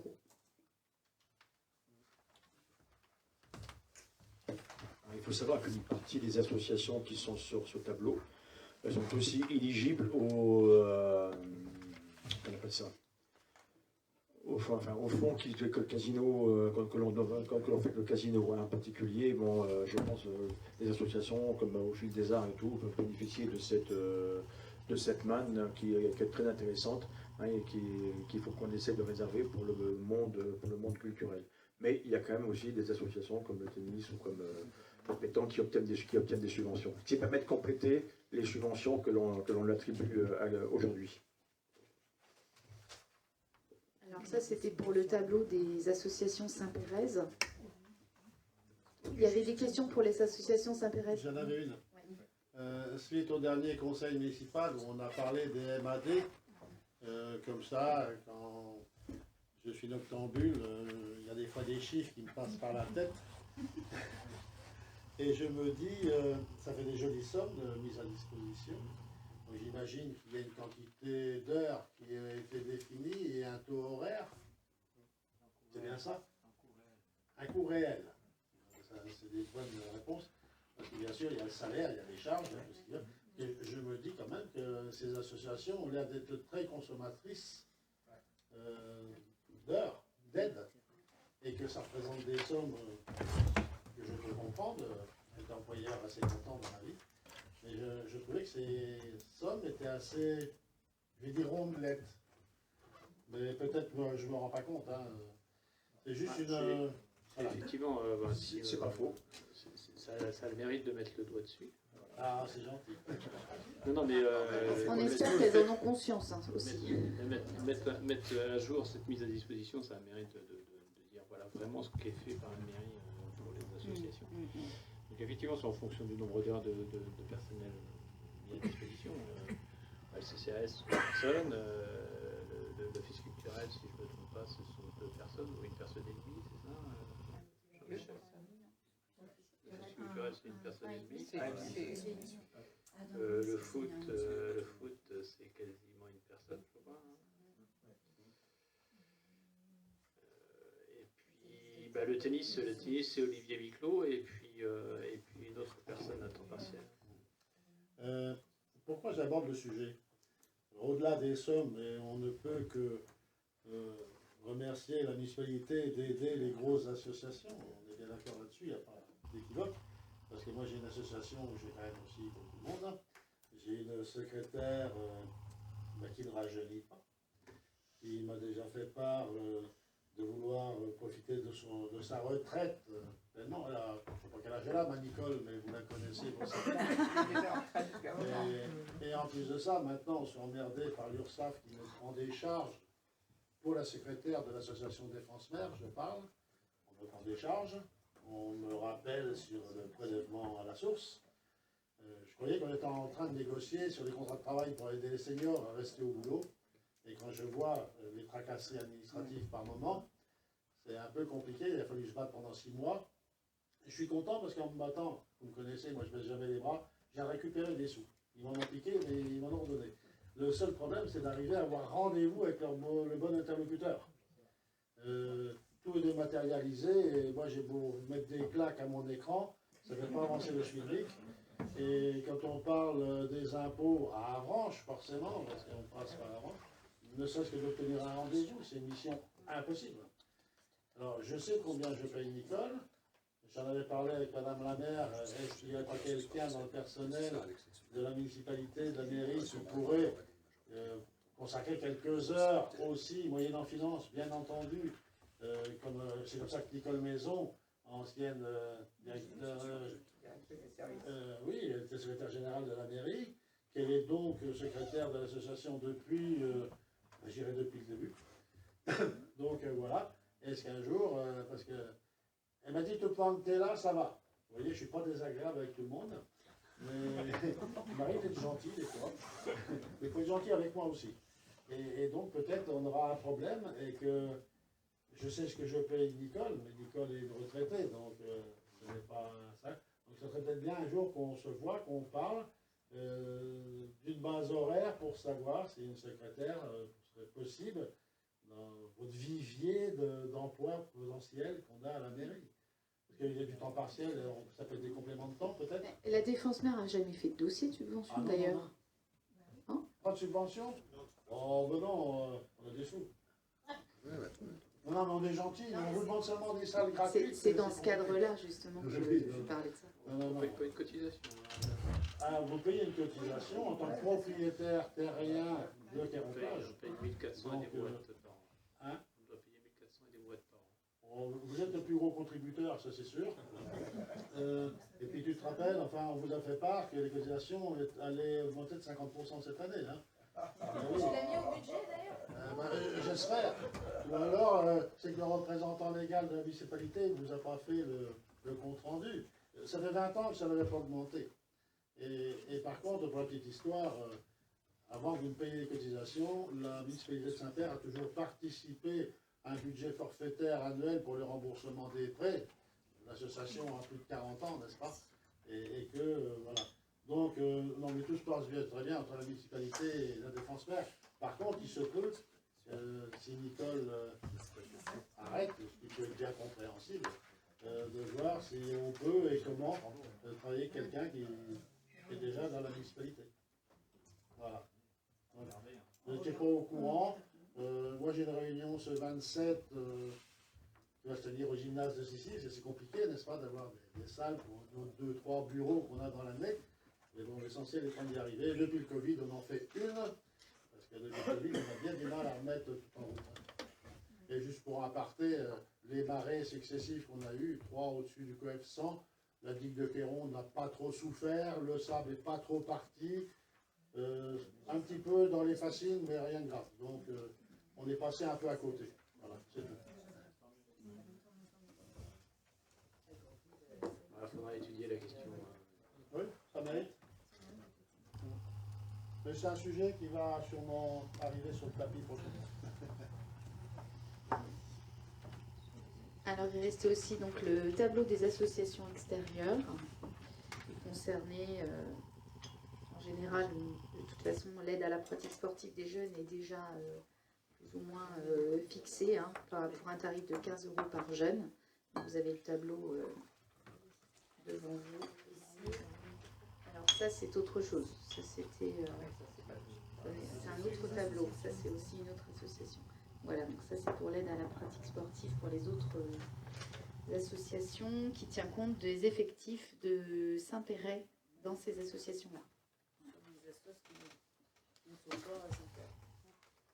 Et donc pour le troisième tableau, donc là les associations extérieures dont le comité de carnaval, l'harmonie du Capliou, donc c'est la fanfare qui est là à l'ensemble des cérémonies de la ville de Saint-Père, Horizon Vertical, le club d'escalade qui pratique au gymnase ici, la bibliothèque pédagogique de Granville et l'ESCH qui n'a pas demandé cette année de montant.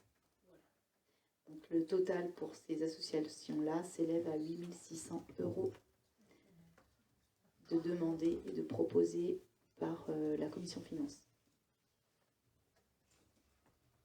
Je ne sais pas si vous avez d'autres questions concernant les associations extérieures. Je reviens juste pour le tennis de table, donc la demande de subvention exceptionnelle sera examinée. Alors, prochaine Le dossier est-il arrivé? Je ne suis pas sûre. Ça y est, vous l'avez reçu? Moi, je l'ai vu, le dossier. D'accord. Je l'ai vu passer sur un certain. Maintenant, Ça sera étudié à la prochaine commission des finances. ouais, je pense oui. Non, parce que comme les 20 ans sont... Oui, oui, tout à fait, oui, oui, il a fait une demande, oui, tout à fait. Ouais. D'accord, merci. Avez-vous d'autres questions sur ces subventions? Non. Nous pouvons passer au vote, mais sur la totalité, sur les associations Saint-Pérez, les ateliers périscolaires et les associations extérieures. Est-ce que sinon, pas par tableau, quoi? Parce qu'il y a des années où on faisait par tableau. Comme le budget de fonctionnement et le budget d'investissement. Donc, qui est contre? Qui s'abstient? Donc, l'unanimité pour. Merci à vous.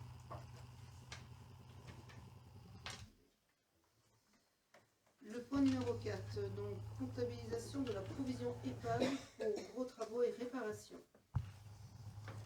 Oui, voilà, maintenant vous avez l'habitude, hein, ça fait plusieurs années maintenant qu'on fait ça. Donc,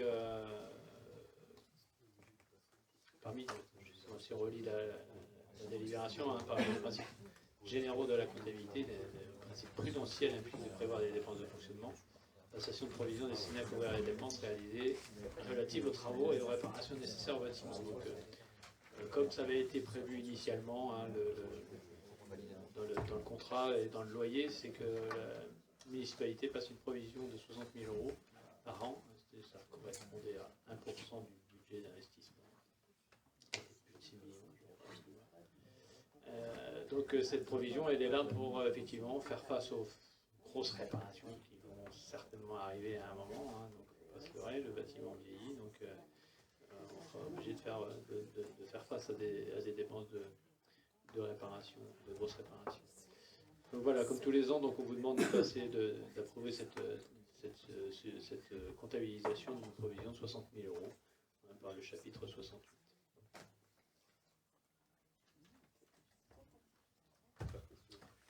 Il y a des questions par rapport à cette provision? Je rappelle qu'effectivement, on a utilisé une petite partie déjà, 30 000 €, c'était pour à l'époque les fuites sur le toit.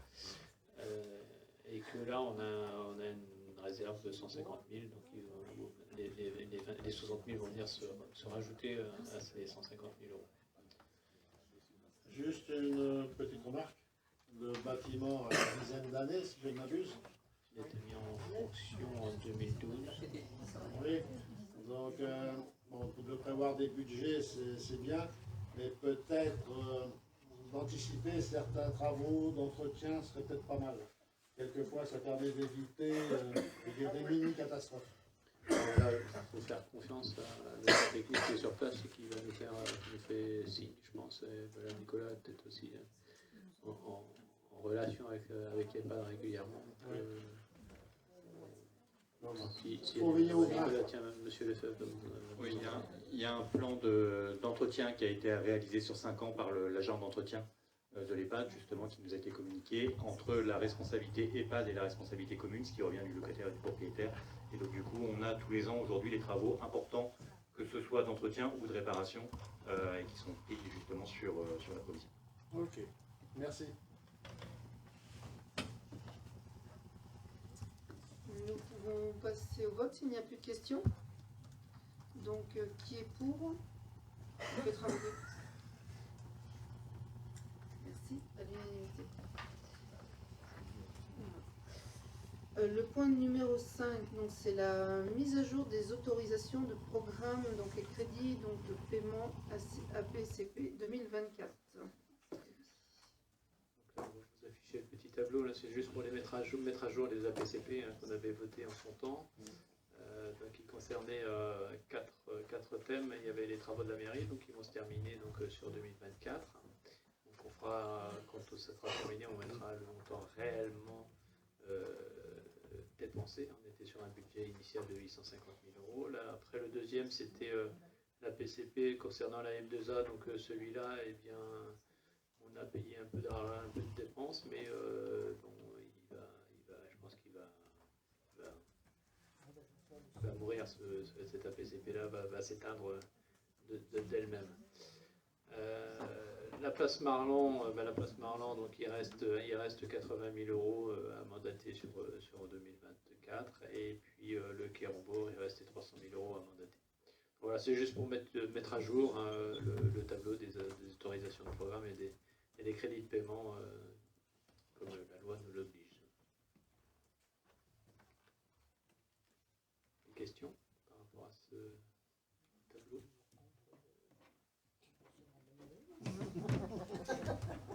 Nous pouvons passer au vote. Donc, qui est contre? Qui s'abstient? Donc, à l'unanimité, merci beaucoup. Non. Bien contre, c'est moi. Excuse-moi.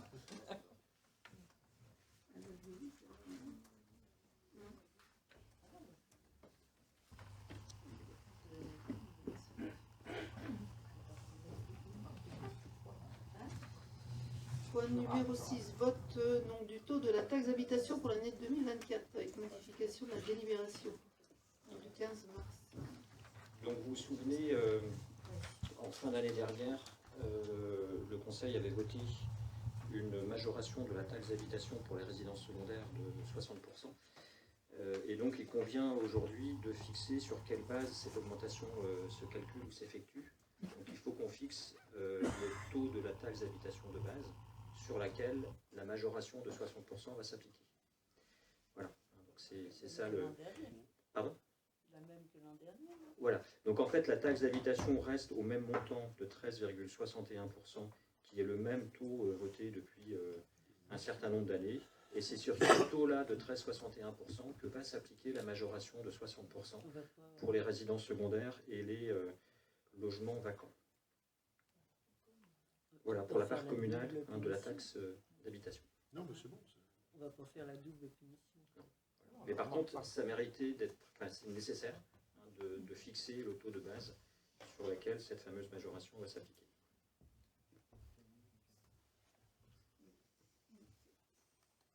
Mais le 15 mars avait été omis en fait. Oui, et on l'avait pas. Voilà, donc le 15 mars, on avait voté le maintien du taux de la taxe foncière, qui est inchangé depuis un certain nombre d'années, mais par contre, on n'avait pas refixé le taux de la taxe d'habitation. Et donc, c'est pour ça qu'il faut faire une délibération spéciale ce soir. Si vous n'avez pas de questions, est-ce qu'on peut passer au vote? Donc, qui est contre? Qui s'abstient? Donc, à l'unanimité. Merci beaucoup. Ça, c'est dans les affaires diverses. Donc, décision prise par délégation. Donc, il n'y a pas de débat sur cette partie-là. Donc, c'est un compte-rendu, en fait, donc, qui a été pris par Madame Le Jossic, donc qui, il n'y a rien eu, en fait, pour cette fois-ci. Non, on n'a rien. On n'a rien, on n'a pas de questions diverses non plus. Je ne l'ai pas. À moins que vous en ayez. Est-ce que vous avez des questions diverses? Eh, je vous manquais, hein. Et Julie, tu vois, je suis pas de force. Je ne t'ai pas vu sur le vélo tout à l'heure. Ah, oui, hier. J'ai croisé madame et j'ai pas vu. Ah non, madame va à pied. On n'a pas les moyens d'acheter de vélo, faut pas les payer. Alors, comment je fais du vélo, je vois les trucs. Alors, une question, je ne vais pas vous en parler dans le projet d'investissement. Je reviens simplement sur un petit détail. Des potelets en plastique de l'entrée de la Bruyère au rond-point de chez Mitaïl, l'entrée principale de Quéron-Plage. Avons-nous une possibilité d'imaginer que ce serait remplacé cette année? Elles sont vraiment moches. Il y en a même une qui est complètement écrasée là. Alors je sais qu'il y a eu des travaux, voilà. On l'a pas, oui, c'est vrai que j'en avais déjà parlé. Hein, c'est pour ça que j'en parle, parce que vu l'investissement, une vingtaine de bornes à 12 balles, je pense que ça peut se faire, comme disait il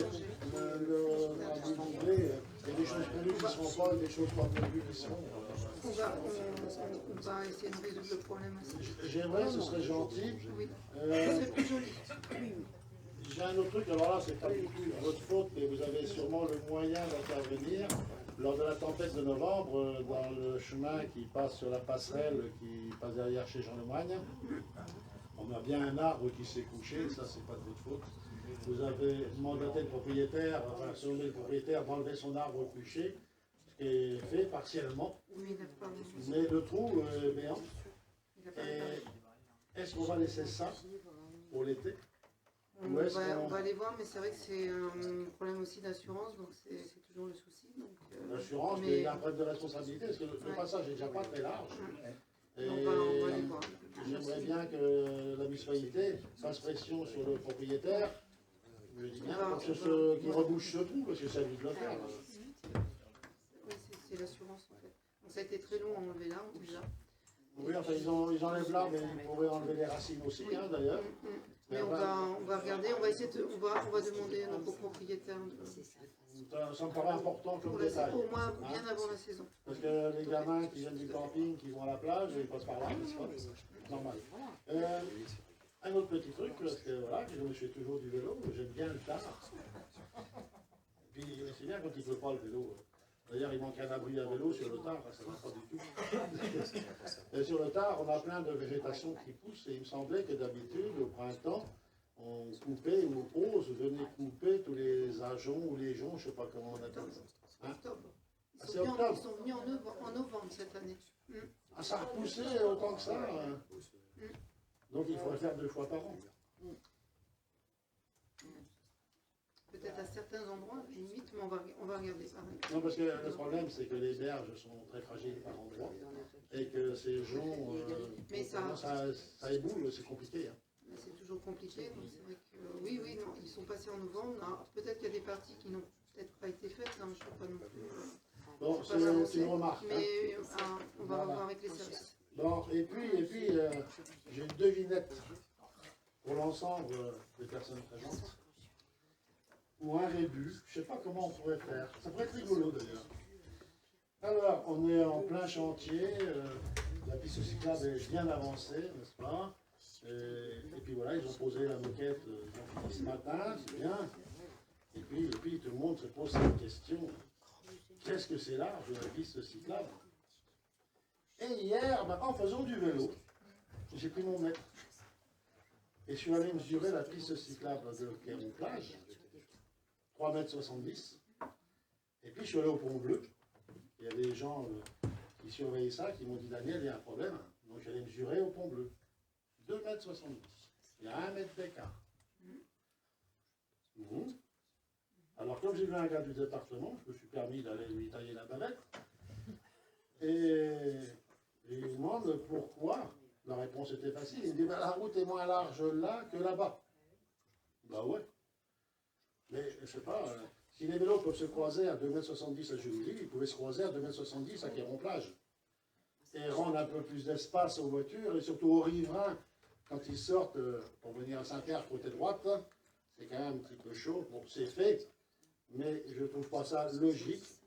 Ok, la route est plus large et c'est forcément au bénéfice des cyclistes, dont je fais partie. Et moi, je ne trouve pas ça très, très logique. On aurait peut-être pu partager. Et je sais que c'est le département, hein, on est bien d'accord. Mais est-ce qu'on doit, nous, communes, laisser le département faire tout et n'importe quoi quand ils sont aux manettes? J'ai vraiment l'impression, d'ailleurs, le mec, au bout d'un moment, il me dit, vous avez raison, mais c'est pas à moi qu'il faut le dire. Mais j'y sais bien, vous êtes qu'un boy, mais n'empêche, on nous prend un peu pour des couillons. Parce que c'est pas logique. Pas logique, non, mais Sylvie pourra peut-être le dire aussi, mais c'est vrai qu'il y a une réglementation. Normalement, c'est 3,50 m en double voie. Eh ben, Pour je les le vélos. dis, il est hors norme. Oui, mais justement parce qu'il y a le pont, donc ils ne pouvaient pas en faire la largeur. Donc de toute façon, il y aurait un rétrécissement pour les vélos à ce moment-là, simplement. Mais malheureusement, Oui. ben, Alors, on parle de normes, alors. Ben oui. C'est bien, l'arrêt oui. plus, là, qui est un beau soleil. Mhm. T'as regardé ce qu'ils ont fait?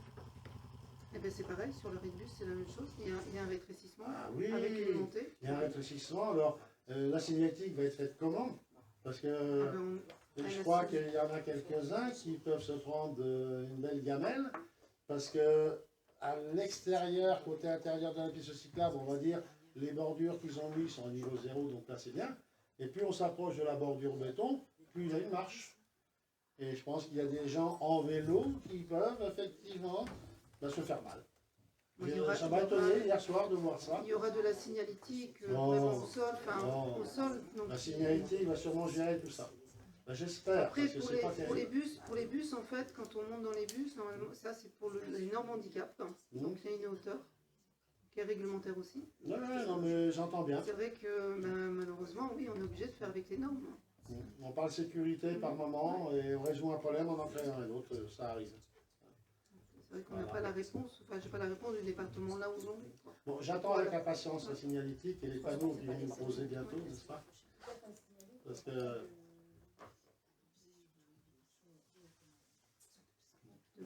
De marquage au sol voiture, par contre, un point superbe, j'ai fait le chemin de la Corniche. qui est très joli. Le chemin de la Corniche, je l'ai fait hier, ils ont fait ça nickel chrome. Alors désolé pour ceux qui souhaitent une délimitation entre piétons et cyclistes sur le chemin de la Corniche. Ça va être compliqué, il me semble, hein. N'est-ce pas? Vous êtes au courant de ça, je suppose. J'aime bien rire un peu. Oui, Non, mais le bon sens, c'est la cohabitation aussi. Oui. Voilà. On est bien d'accord. après tout va se faire.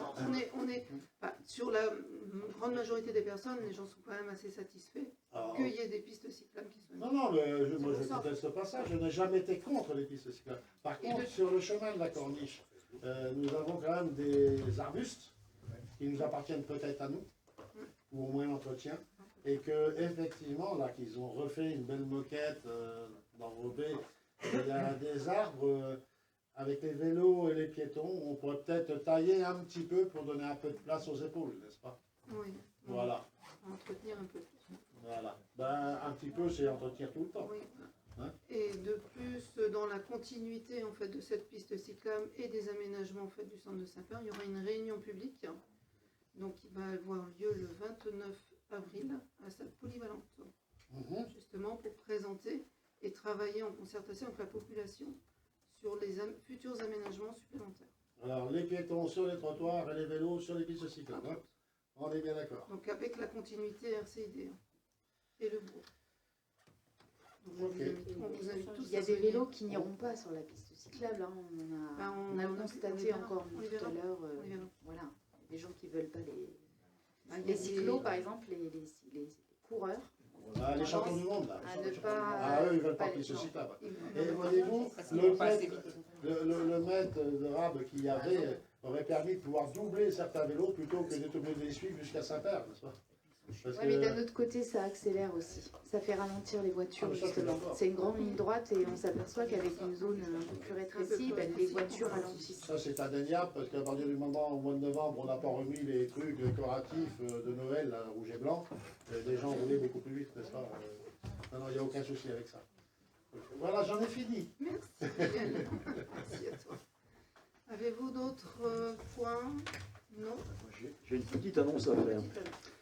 Donc, que je ne me trompe pas de date, hein, le 22 juin 2024, donc à 15h, Madame Laurence Bonamy et Monsieur Guy Savary s'unissent. Et donc, ils vous invitent au vin d'honneur qui sera servi à l'issue de leur mariage à la mairie, d'accord, donc à 15h au hall multifonction du groupe scolaire. Voilà, vous êtes tous conviés. C'est le 22 juin, c'est ça? 22 juin. Merci à Laurence. Oui, merci à Laurence. Donc, s'il n'y a plus de questions, on peut lever la séance. Merci à vous et puis bonne soirée. Profitez bien de ce beau temps. Parce que là, c'est pour faire du vélo. Daniel. Ah, ben,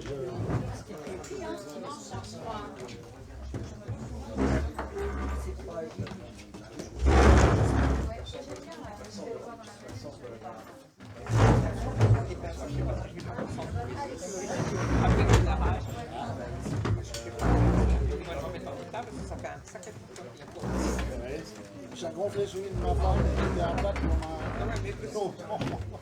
On a dit Pas de vélo électrique.